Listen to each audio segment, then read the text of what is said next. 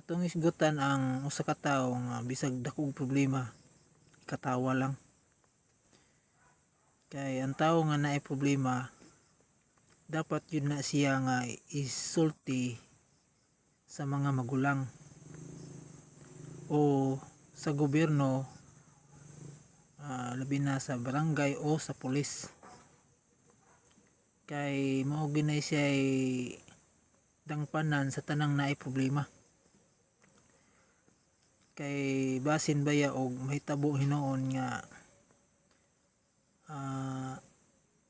maghunos sa iyang kinabuhi, mag-suicide, labi na og abrido ng utok, makabuhat nagdili maayo tungod kay wa niya gisulti, wala niya patabangi og sulbad ang iyang problema. Mao nay lisod kaayo sa tao nga naay problema.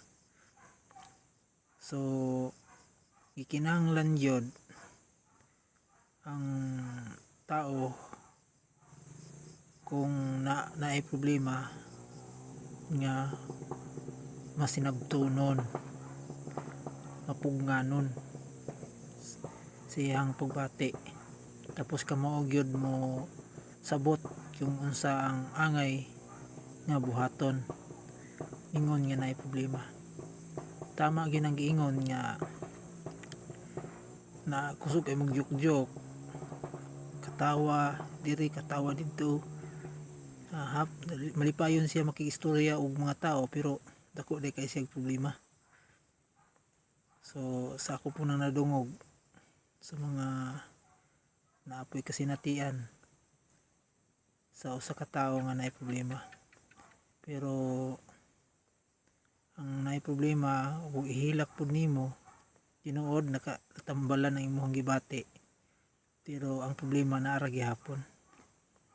So ang tambal lang gyud anang mga problema, dungop lang gyud sa mga magulang o sa barangay o sa pulis. Kay naay pahilo na ang gobyerno para sa mga tao nga naay mga problema. So sa kung gusto mo nga masolusyonan inyong problema,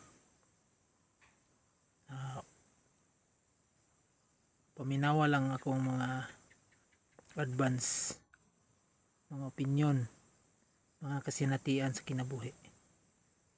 Sabay kaninyong tanan.